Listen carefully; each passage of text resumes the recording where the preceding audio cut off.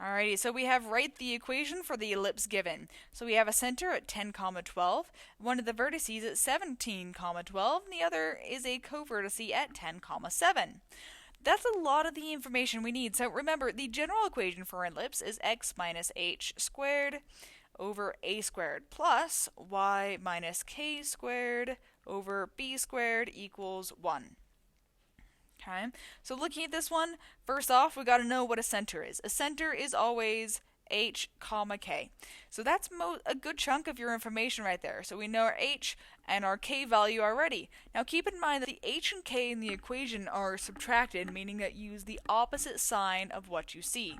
So that means our h is 10 and our k is 12. Well, in the equation, we would see that as x minus our h, which is 10, and x minus our k, which is 12. So while we have positive 10, positive 12, they'd be minus 10, minus 12 in the equation. Alrighty, next is looking at this one. Now we have to find our a squared and b squared. So look at your coordinate points. We notice our starting point is 10, 12. Our next point is 17, 12. What changed? The x's, meaning that we have a distance. How do we go from 10 to 17? 7, right? That's a distance of 7. If you add 7 to 10, that's it, and that is your a value. A is always going to be the horizontal distance from center to vertex or center to co-vertex, whatever you're looking at direction-wise for a ellipse, right? Always the horizontal distance is your a value. Okay, which we'll notice, and then the co-vertices, because our distance to the vertice is an x value, that means our co-vertice has to be a change in y, which is exactly what we see, right? We're going from 12 to 7. That is a y change there. So if we do 12 minus 7, that gives you 5. That is your vertical distance. That is your vertical distance that is changing. So that's another good chunk of the equation right there.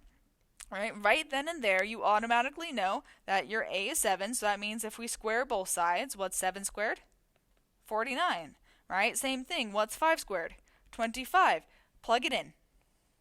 And that's it. That's all of the unknowns, and you're done. So then you have, as a final equation, it's going to be a little hard to sandwich this. We have x minus 10 squared over a squared, which we said was 49, plus our y minus 12 squared over our b squared, which is 25, equals 1. Now for this one, you don't necessarily need to know which direction the ellipse is. You do know that it is horizontal because your vertices, your main distance, which is, the furthest distance from your center, okay, is a change in x, which means the x has to be the larger distance. Which we can also see that here, where your a value is larger than your b value. And that's how you know it's horizontal. But alas, that's it. That is your equation. Thanks so much for watching.